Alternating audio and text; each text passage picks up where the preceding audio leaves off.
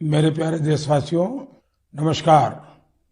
मन की बात में फिर एक बार आप सबका स्वागत है। आज मन की बात की शुरुआत हम भारत की सफलता के जिक्र के साथ करेंगे। इस महीने की शुरुआत में भारत इटली से अपने एक बहुमूल्य धरोहर को लाने में सफल हुआ है। ये धरोहर है अवलोकितेश्वर पद्मपाणि की 1000 साल से भी ज्यादा पुरानी प्रतिमा। ये मूर्ति कुछ वर्ष पहले बिहार में गया जी के एक देवी स्थान कुंडलपुर मंदिर से चोरी हो गई थी, लेकिन अनेक प्रयासों के बाद अब भारत को ये प्रतिमा वापस मिल गई है। ऐसे ही कुछ वर्ष पहले तमिलनाडु के वेल्लूर से भगवान आंजनेयर हनुमान जी की प्रतिमा चोरी हो गई थी। हनुमान जी की ये मूर्ति भी 600-700 साल पुरानी थी। इस महीने की शुरुआत में ऑस्ट्रेलिया में हमें ये प्राप्त हुई, हमारे मिशन को मिल चुकी हैं।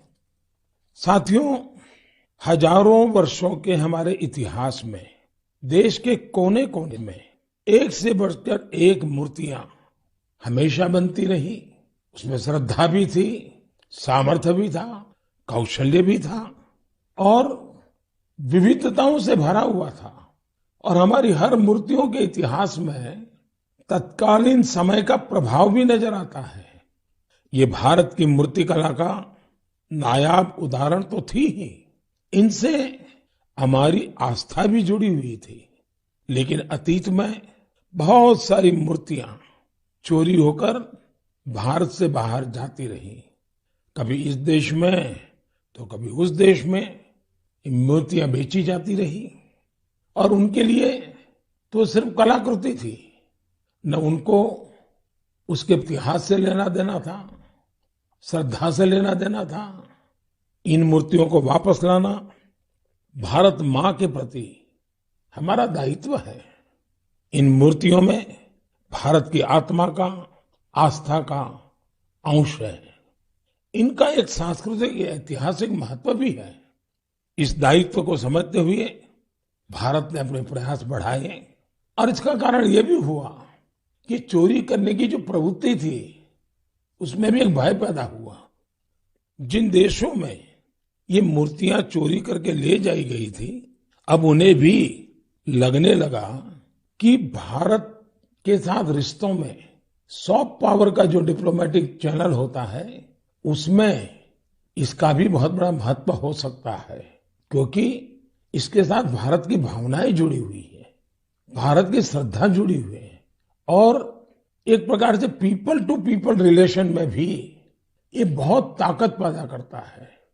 अभी आपने कुछ दिन पहले देखा होगा, काशी से चोरी हुई मां अन्नपूर्णा देवी की प्रतिमा भी वापस लाई गई थी। ये भारत के प्रति बदल रहे वैश्विक नजरिए का ही उदाहरण है।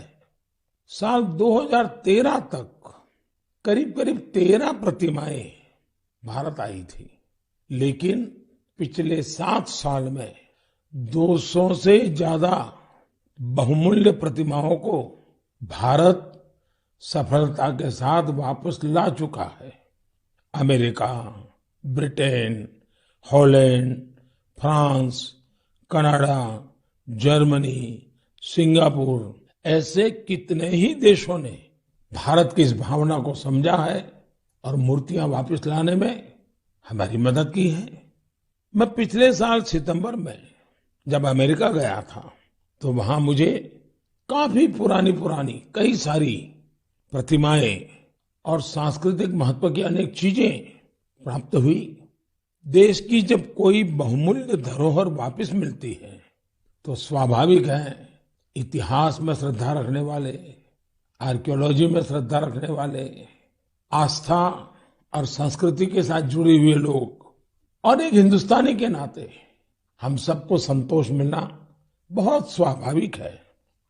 साथियों, भारतीय संस्कृति और अपनी धरोहर की बात करते हुए मैं आज आपको मन की बात में 2 लोगों से मिलवाना चाहता हूं।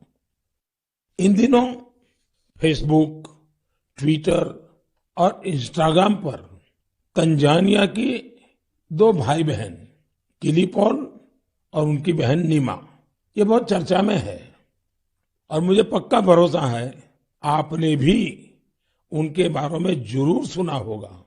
उनके अंदर भारतीय संगीत को लेकर एक जुनून है, एक दीवानगी है और इसी वजह से वे काफी लोकप्रिय भी हैं। लिप सिंक के उनके तरीके से पता चलता है कि इसके लिए वे कितनी ज्यादा मेहनत करते हैं। हाल ही में गणतंत्र दिवस के अवसर पर हमारा राष्ट्रगान जन गण मन गाते हुए उनका वीडियो खूब वायरल हुआ था। कुछ दिन पहले उन्होंने लता दीदी का एक गाना गाकर उनको भी भावपूर्ण श्रद्धांजलि भी दी थी। मैं इस अद्भुत क्रिएटिविटी के लिए इन दोनों भाई बहन किली और नीमा उनकी बहुत सराहना करता हूं। कुछ दिन पहले तंजानिया में भारतीय दूतावास में इन्हें सम्मानित भी किया गया है। भारतीय संगीत का जादू ही कुछ ऐसा है जो सबको मोह लेता है। मुझे याद है कुछ वर्ष पहले दुनिया के 150 से ज्यादा देशों के गायकों संगीतकारों ने अपने अपने देश में अपनी अपनी वेशभूषा में पूज्य बापू का प्रिय, महात्मा गांधी का प्रिय भजन वैष्णव भजन गाने का सफल प्रयोग किया था। आज जब भारत अपनी आजादी के 75वां वर्ष का महत्वपूर्ण पर्व मना रहा है तो देशभक्ति के गीतों को लेकर भी ऐसे प्रयोग किए जा सकते हैं जहां विदेशी नागरिकों को, वहां के प्रसिद्ध गायकों को भारतीय देशभक्ति के गीत गाने के लिए आमंत्रित करें। इतना ही नहीं, अगर तंजानिया में किली और नीमा भारत के गीतों को इस प्रकार से लिप सिंक कर सकते हैं तो क्या मेरे देश में, हमारे देश की कई भाषाओं में कई प्रकार के गीत हैं, क्या हम कोई गुजराती बच्चे तमिल गीत पर करें, कोई केरल के बच्चे असमिया गीत पर करें, कोई कन्नड़ बच्चे जम्मू कश्मीर के गीतों पर करें। एक ऐसा माहौल बना सकते हैं हम जिसमें एक भारत श्रेष्ठ भारत हम अनुभव कर सकेंगे। इतना ही नहीं, हम आजादी के अमृत महोत्सव को एक नए तरीके से जरूर मना सकते हैं। मैं देश के नौजवानों से आह्वान करता हूं, आइए भारतीय भाषाओं के जो पॉपुलर गीत हैं उनको आप अपने तरीके से वीडियो बनाइए, बहुत पॉपुलर हो जाएंगे आप और देश की विविधताओं का नई पीढ़ी को परिचय होगा। मेरे प्यारे देशवासियों, अभी कुछ दिन पहले ही हमने मातृभाषा दिवस मनाया। जो विद्वान लोग हैं वो मातृभाषा शब्द कहां से आया, इसकी उत्पत्ति कैसे हुई, इसे लेकर बहुत एकेडमिक इनपुट दे सकते हैं। मैं तो मातृभाषा के लिए यही कहूंगा कि जैसे हमारे जीवन को हमारी माँ गढ़ती है, वैसे ही मातृभाषा भी हमारे जीवन को गढ़ती है। माँ और मातृभाषा दोनों मिलकर जीवन की फाउंडेशन को मजबूत बनाते हैं, चिरंजीव बनाते हैं। जैसे हम अपनी माँ को नहीं छोड़ सकते, वैसे ही अपनी मातृभाषा को भी नहीं छोड़ सकते।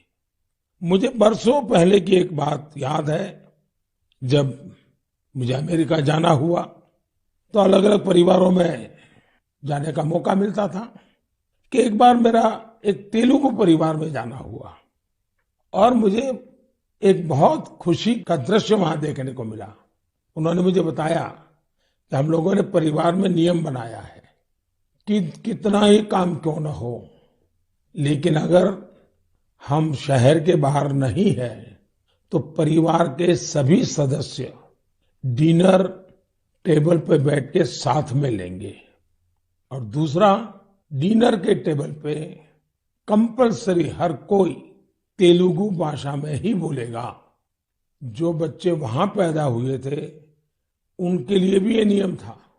अपनी मातृभाषा के प्रति ये प्रेम देखकर इस परिवार से मैं बहुत प्रभावित हुआ था।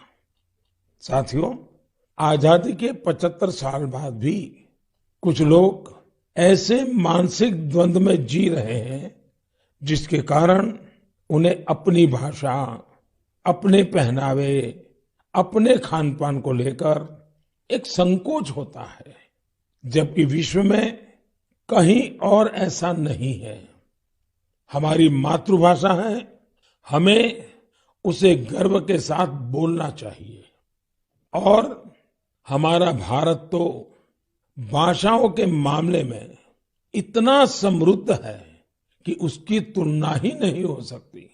हमारी भाषाओं की सबसे बड़ी खूबसूरती ये है कि कश्मीर से कन्याकुमारी तक, कच्छ से कोहिमा तक सैकड़ों भाषाएं, हजारों बोलियां एक दूसरे से अलग लेकिन एक दूसरे में रची बसी हुई है। भाषा अनेक, भाव एक। सदियों से हमारी भाषाएं एक दूसरे से सीखते हुए खुद को परिष्कृत करते रही है, एक दूसरे का विकास कर रही है। भारत में विश्व की सबसे पुरानी भाषा तमिल है और इस बात का हर भारतीय को गर्व होना चाहिए कि दुनिया की इतनी बड़ी विरासत हमारे पास है। उसी प्रकार से जितने पुराने धर्मशास्त्र हैं उसकी अभिव्यक्ति भी हमारी संस्कृत भाषा में है। भारत के लोग करीब 121, यानी हमें गर्व होगा, 121 प्रकार की मातृभाषाओं से जुड़े हुए हैं और इनमें 14 भाषाएं तो ऐसी हैं जो 1 करोड़ से भी ज्यादा लोग रोजमर्रा की जिंदगी में बोलते हैं। यानी जितनी कई यूरोपियन देशों की कुल जनसंख्या नहीं है, उससे ज्यादा लोग हमारे यहाँ अलग अलग 14 भाषाओं से जुड़े हुए हैं। साल 2019 में हिंदी दुनिया की सबसे ज्यादा बोली जाने वाली भाषाओं में तीसरे क्रमांक पर थी। इस बात का भी हर भारतीय को गर्व होना चाहिए। भाषा केवल अभिव्यक्ति का ही माध्यम नहीं है, बल्कि भाषा समाज की संस्कृति और विरासत को भी सहेजने का काम करती है। अपनी भाषा की विरासत को सहेजने का ऐसा ही काम सूरीनाम में सुरजन परोही जी कर रहे हैं। इस महीने की 2 तारीख को वो 84 वर्ष के हुए हैं। उनके पूर्वज भी बरसों पहले हजारों श्रमिकों के साथ रोजी रोटी के लिए सूरीनाम गए थे। सुरजन परोही जी हिंदी में बहुत अच्छी कविता लिखते हैं। वहां के राष्ट्रीय कवियों में उनका नाम लिया जाता है। यानी आज भी उनके दिल में हिंदुस्तान धड़कता है। उनके कार्यों में हिंदुस्तानी मिट्टी की महक है। सूरीनाम के लोगों ने सुरजन परोही जी के नाम पर एक संग्रहालय भी बनाया है। मेरे लिए ये बहुत सुखद है कि साल 2015 में मुझे उन्हें सम्मानित करने का अवसर मिला था। साथियों, आज के दिन यानी 27 फरवरी को मराठी भाषा गौरव दिवस भी है। सर्व मराठी बंधू भगिनींना मराठी भाषा दिनाच्या हार्दिक शुभेच्छा। ये दिन मराठी कविराज विष्णु वामन शिरवाडकर जी, श्रीमान कुसुमाग्रज जी को समर्पित है। आज ही कुसुमाग्रज जी की जन्म जयंती भी है। कुसुमाग्रज जी ने मराठी में कविताएं लिखी, अनेकों नाटक लिखे। मराठी साहित्य को नई ऊंचाई दी। साथियों, हमारे यहाँ भाषा की अपनी खूबियां हैं। मातृभाषा का अपना विज्ञान है। इस विज्ञान को समझते हुए ही राष्ट्रीय शिक्षा नीति में स्थानीय भाषा में पढ़ाई पर जोर दिया गया है। हमारे प्रोफेशनल कोर्सेज भी स्थानीय भाषा में पढ़ाए जाए, इसका प्रयास हो रहा है। आजादी के अमृतकाल में इस प्रयासों को हम सब ने मिलकर के बहुत गति देनी चाहिए। ये स्वाभिमान का काम है। मैं चाहूंगा आप जो भी मातृभाषा बोलते हैं उसकी खूबियों के बारे में अवश्य जानें और कुछ न कुछ लिखें। साथियों, कुछ दिनों पहले मेरी मुलाकात मेरे मित्र और केन्या के पूर्व प्रधानमंत्री राइला ओडिंगा जी से हुई थी। ये मुलाकात दिलचस्प तो थी ही, लेकिन बहुत भावुक थी। हम बहुत अच्छे मित्र रहे तो खुल करके काफी बातें भी कर लेते हैं। जब हम दोनों बातें कर रहे थे तो ओडिंगा जी ने अपनी बिटिया के बारे में बताया। उनकी बेटी रोजमेरी को ब्रेन ट्यूमर हो गया था और इस वजह से उन्हें अपनी बिटिया की सर्जरी करानी पड़ी थी। लेकिन उसका एक दुष्परिणाम यह हुआ कि रोजमेरी की आंखों की रोशनी करीब करीब चली गई, दिखाई देना ही बंद हो गया।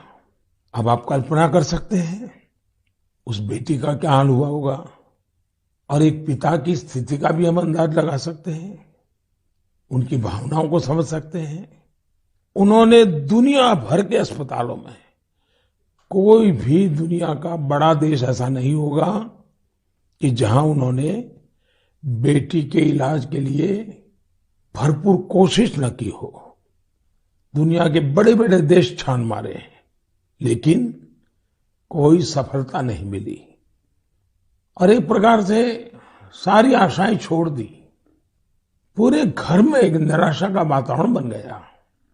इतने में किसी ने उनको भारत में आयुर्वेद के इलाज के लिए आने के लिए सुझाव दिया।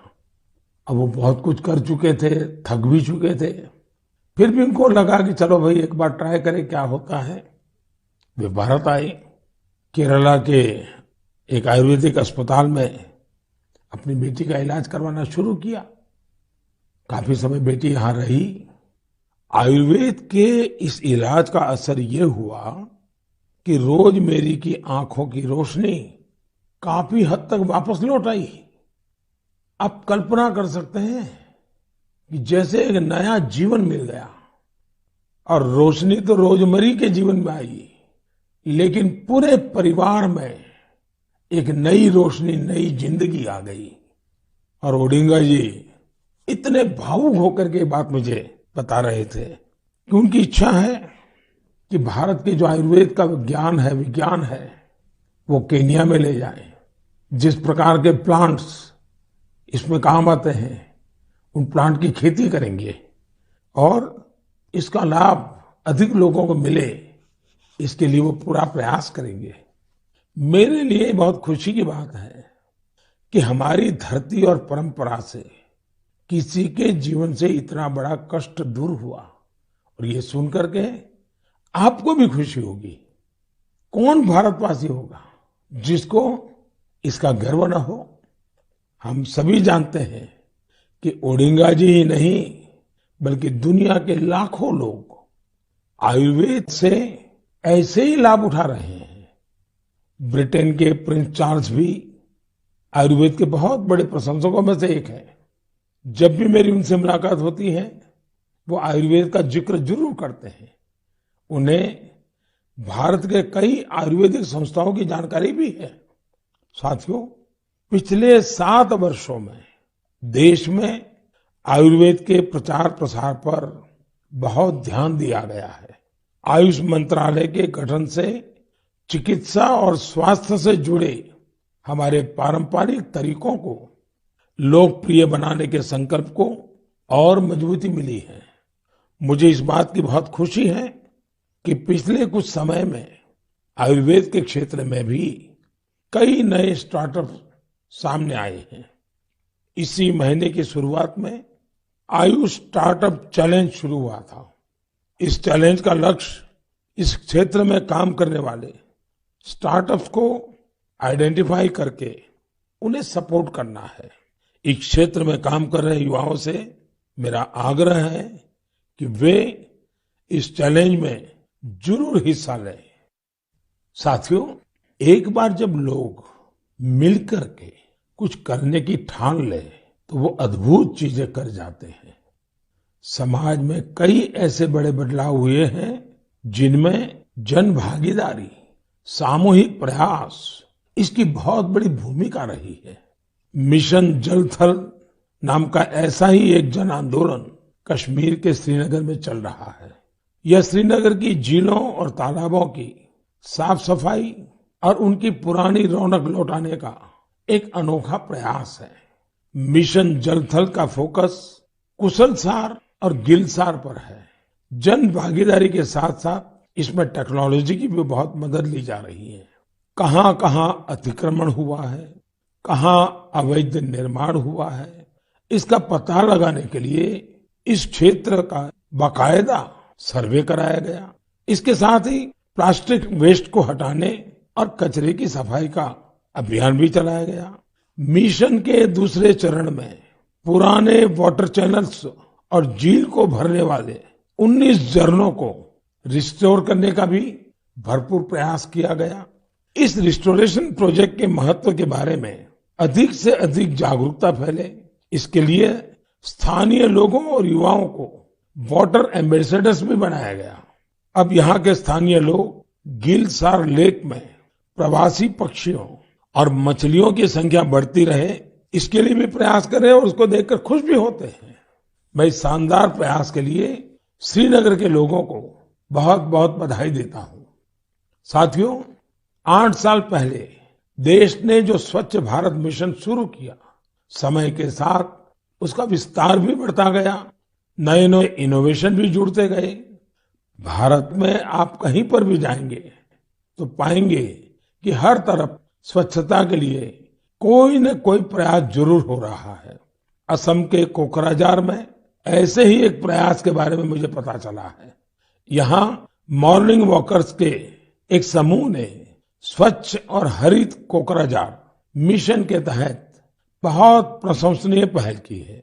इन सब ने नए फ्लाईओवर क्षेत्र में 3 किलोमीटर लंबी सड़क की सफाई कर स्वच्छता का प्रेरक संदेश दिया। इसी प्रकार विशाखापट्टनम में स्वच्छ भारत अभियान के तहत पॉलीथीन के बजाय कपड़े के थैलों को बढ़ावा दिया जा रहा है। यहाँ के लोग पर्यावरण को स्वच्छ रखने के लिए सिंगल यूज प्लास्टिक उत्पादों के खिलाफ अभियान भी चला रहे हैं। इसके साथ ही साथ ये लोग घर पर ही कचरे को अलग करने के लिए जागरूकता भी फैला रहे हैं। मुंबई के सोमिया कॉलेज के स्टूडेंट्स ने स्वच्छता के अपने अभियान में सुंदरता को भी शामिल कर लिया है। इन्होंने कल्याण रेलवे स्टेशन की दीवारों को सुंदर पेंटिंग से सजाया है। राजस्थान के सवाई माधोपुर का भी प्रेरक उदाहरण मेरी जानकारी में आया है। यहाँ के युवाओं ने रणथंभौर में मिशन बीट प्लास्टिक नाम का अभियान चला रखा है, जिसमें रणथंभौर के जंगलों से प्लास्टिक और पॉलीथीन को हटाया गया है। सबका प्रयास की यही भावना देश में जन भागीदारी को मजबूत करती है, और जब जन भागीदारी हो तो बड़े से बड़े लक्ष्य अवश्य पूरे होते हैं। मेरे प्यारे देशवासियों, आज से कुछ दिन बाद ही 8 मार्च को पूरी दुनिया में इंटरनेशनल वुमेन्स डे, अंतर्राष्ट्रीय महिला दिवस मनाया जाएगा। महिलाओं के साहस, कौशल और प्रतिभा से जुड़े कितने ही उदाहरण हम मन की बात में लगातार साझा करते रहे हैं। आज चाहे स्किल इंडिया हो, सेल्फ हेल्प ग्रुप हो या छोटे बड़े उद्योग हो, महिलाओं ने हर जगह मोर्चा संभाला हुआ है। आप किसी भी क्षेत्र में देखिए, महिलाएं पुराने मिथकों को तोड़ रही हैं। आज हमारे देश में पार्लियामेंट से लेकर पंचायत तक अलग अलग कार्य क्षेत्र में महिलाएं नई ऊंचाई प्राप्त कर रही हैं। सेना में भी बेटियां अब नई और बड़ी भूमिकाओं में जिम्मेदारी निभा रही हैं और देश की रक्षा कर रही हैं। पिछले महीने गणतंत्र दिवस पर हमने देखा कि आधुनिक फाइटर प्लेन्स को भी बेटियां उड़ा रही है। देश ने सैनिक स्कूलों में भी बेटियों के एडमिशन पर रोक हटाई और पूरे देश में बेटियां सैनिक स्कूलों में दाखिला ले रही हैं। इसी तरह अपने स्टार्टअप जगत को देखें। पिछले सालों में देश में हजारों नए स्टार्टअप शुरू हुए। इनमें से करीब आधे स्टार्टअप्स में महिलाएं निदेशक की भूमिका में है। पिछले कुछ समय में महिलाओं के लिए मातृत्व अवकाश बढ़ाने जैसे निर्णय लिए गए हैं। बेटे और बेटियों को समान अधिकार देते हुए विवाह की उम्र समान करने के लिए देश प्रयास कर रहा है। इससे हर क्षेत्र में महिलाओं की भागीदारी बढ़ रही है। आप एक और बड़ा बदलाव भी होते देख रहे होंगे। ये बदलाव है हमारे सामाजिक अभियानों की सफलता। बेटी बचाओ बेटी पढ़ाओ की सफलता को ही लीजिए। आज देश में लिंग अनुपात सुधरा है। स्कूल जाने वाली बेटियों की संख्या में भी सुधार हुआ है। इसमें हमारी भी जिम्मेदारी है कि हमारी बेटियां बीच में स्कूल न छोड़ दें। इसी तरह स्वच्छ भारत अभियान के तहत देश में महिलाओं को खुले में शौच से मुक्ति मिली है। ट्रिपल तलाक जैसी सामाजिक बुराई का अंत भी हो रहा है। जब से ट्रिपल तलाक के खिलाफ कानून आया है, देश में 3 तलाक के मामलों में 80% की कमी आई है। ये इतने सारे बदलाव इतने कम समय में कैसे हो रहे हैं? ये परिवर्तन इसलिए आ रहा है क्योंकि हमारे देश में परिवर्तन और प्रगतिशील प्रयासों का नेतृत्व अब खुद महिलाएं कर रही हैं। मेरे प्यारे देशवासियों, कल 28 फरवरी को नेशनल साइंस डे है। ये दिन रमन इफेक्ट की खोज के लिए भी जाना जाता है। मैं सीवी रमन जी के साथ उन सभी वैज्ञानिकों को आदरपूर्वक श्रद्धांजलि देता हूं जिन्होंने हमारी साइंटिफिक जर्नी को समृद्ध बनाने में अपना महत्वपूर्ण योगदान दिया है।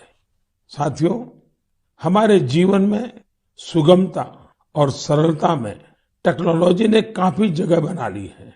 कौन सी टेक्नोलॉजी अच्छी है, किस टेक्नोलॉजी का बेहतर इस्तेमाल क्या है, इन सभी विषयों से हम भली भांति परिचित होते ही हैं। लेकिन ये भी सही है कि अपने परिवार के बच्चों को उस टेक्नोलॉजी का आधार क्या है, उसके पीछे की साइंस क्या है, इस तरफ हमारा ध्यान जाता ही नहीं है। इस साइंस डे पर मेरा सभी परिवारों से आग्रह है कि वो अपने बच्चों में साइंटिफिक टेम्परामेंट विकसित करने के लिए जरूर छोटे छोटे प्रयासों से शुरू कर सकते हैं। अब जैसे दिखता नहीं है, चश्मा लगाने के बाद साफ दिखने लगता है, तो बच्चों को आसानी से समझाया सकता है कि इसके पीछे विज्ञान क्या है। सिर्फ चश्मे देखें, आनंद करें, इतना नहीं। अभी आराम से आप एक छोटे से कागज पर उसे बता सकते हैं। अब वो मोबाइल फोन उपयोग करता है, कैलकुलेटर कैसे काम करता है, रिमोट कंट्रोल कैसे काम करता है, सेंसर क्या होते हैं, ये साइंटिफिक बातें इसके साथ साथ घर में चर्चा में होती है क्या? हो सकती है। बड़े आराम से इन चीजों को घर की रोजमर्रा की जिंदगी के पीछे क्या साइंस की वो कौन सी बात है जो ये कर रही है, इसको समझा सकते हैं। उसी प्रकार से क्या कभी हमने बच्चों को लेकर के भी आसमान में एक साथ देखा है क्या? रात में तारों के बारे में जरूर बातें हुई हो, विभिन्न तरह के कॉन्स्टेलेशंस दिखाई देते हैं, उनके बारे में बताएं। ऐसा करके आप बच्चों में फिजिक्स और एस्ट्रोनॉमी के प्रति नया रुझान पैदा कर सकते हैं। आजकल तो बहुत सारी ऐप्स भी हैं जिससे आप तारों और ग्रहों को लोकेट कर सकते हैं, या जो तारा आसमान में दिख रहा है उसको पहचान सकते हैं, उसके बारे में जान भी सकते हैं। मैं अपने स्टार्टअप को भी कहूंगा कि आप अपने कौशल और साइंटिफिक कैरेक्टर का इस्तेमाल राष्ट्र निर्माण से जुड़े कार्यों में भी करें। ये देश के प्रति हमारी कलेक्टिव साइंटिफिक रिस्पॉन्सिबिलिटी भी है। जैसे आजकल मैं देख रहा हूं कि हमारे स्टार्टअप्स वर्चुअल रियलिटी की दुनिया में बहुत अच्छा काम कर रहे हैं। वर्चुअल क्लासेस के इस दौर में ऐसे ही एक वर्चुअल लैब बच्चों को ध्यान में रखते हुए बनाई जा सकती है। हम वर्चुअल रियलिटी के द्वारा बच्चों को घर में बैठे केमिस्ट्री की लैब का अनुभव भी करा सकते हैं। अपने शिक्षकों और अभिभावकों से मेरा आग्रह है कि आप सभी विद्यार्थियों एवं बच्चों को सवाल पूछने के लिए प्रोत्साहित करें और उनके साथ मिलजुल कर सवालों का सही जवाब तलाशें। आज मैं कोरोना के खिलाफ लड़ाई में भारतीय वैज्ञानिकों की भूमिका की भी सराहना करना चाहूंगा। उनके कड़े परिश्रम की वजह से he made in India vaccine का निर्माण संभव हो पाया, जिससे पूरी दुनिया को बहुत बड़ी मदद मिली है। साइंस का मानवता के लिए यही तो उपहार है। मेरे प्यारे देशवासियों, इस बार भी हमने अनेक विषयों पर चर्चा की। आने वाले मार्च के महीने में अनेक पर्व त्योहार आ रहे हैं। शिवरात्रि है और कुछ दिन बाद आप सब होली की तैयारी में जुट जाएंगे। होली हमें एक सूत्र में पिरोने वाला त्योहार है। इसमें अपने पराये, द्वेष विद्वेष, छोटे बड़े सारे भेद मिट जाते हैं। इसलिए कहते हैं, होली के रंगों से भी ज्यादा गाढ़ा रंग होली के प्रेम और सौहार्द का होता है। होली में गुजिया के साथ साथ रिश्तों की भी अनूठी मिठास होती है। इन रिश्तों को हमें और मजबूत करना है और रिश्ते सिर्फ अपने परिवार के लोगों से ही नहीं, बल्कि उन लोगों से भी जो आपके एक बृहद परिवार का हिस्सा है। इसका सबसे महत्वपूर्ण तरीका भी आपको याद रखना है। ये तरीका है वोकल फॉर लोकल के साथ त्योहार मनाने का। आप त्योहारों पर स्थानीय उत्पादों की खरीदी करें, जिससे आपके आसपास रहने वाले लोगों के जीवन में भी रंग भरे, रंग रहे, उमंग रहे। हमारा देश जितनी सफलता से कोरोना के खिलाफ लड़ाई लड़ रहा है और आगे बढ़ रहा है, उससे त्योहारों में जोश भी कई गुना हो गया है। इसी जोश के साथ हमें अपने त्योहार मनाने हैं और साथ ही अपनी सावधानी भी बनाए रखनी है। मैं आप सभी को आने वाले पर्वों की ढेर सारी शुभकामनाएं देता हूं। मुझे हमेशा आपकी बातों का, आपके पत्रों का, आपके संदेशों का इंतजार रहेगा। बहुत बहुत धन्यवाद।